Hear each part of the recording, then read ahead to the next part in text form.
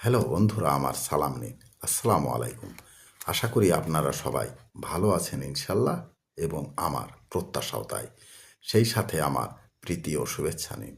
আজ এ পর্যায়ে যে বিষয়ে আলোচনা করব তা হচ্ছে, সমাজে এক ধরনের চর্চা চলে, তা হচ্ছে অন্যের দোষ চর্চা। এটা কোনো অবস্থায় ঠিক নয়, বরং অন্যের ভালো গুণ নিয়ে আলোচনা করলে কিছুটা হলেও নিজেকে পরিশুদ্ধ করা যেতে পারে। মনে রাখবেন, অন্যের দোষ নিয়ে সমালোচনায় সময় নষ্ট না করে নিজের দোষকে সংশোধন করা উচিত। এ পর্যায়ে এখানেই রাখছি। ততক্ষণ পর্যন্ত সবাই ভালো থাকুন, সুস্থ থাকুন এবং নিরাপদে থাকুন। শুভকামনা নিরন্তর সবার জন্য সবসময়।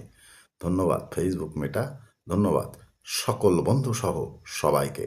আবার দেখা হবে অন্য কোনো ভিডিওতে। আল্লাহ হাফেজ।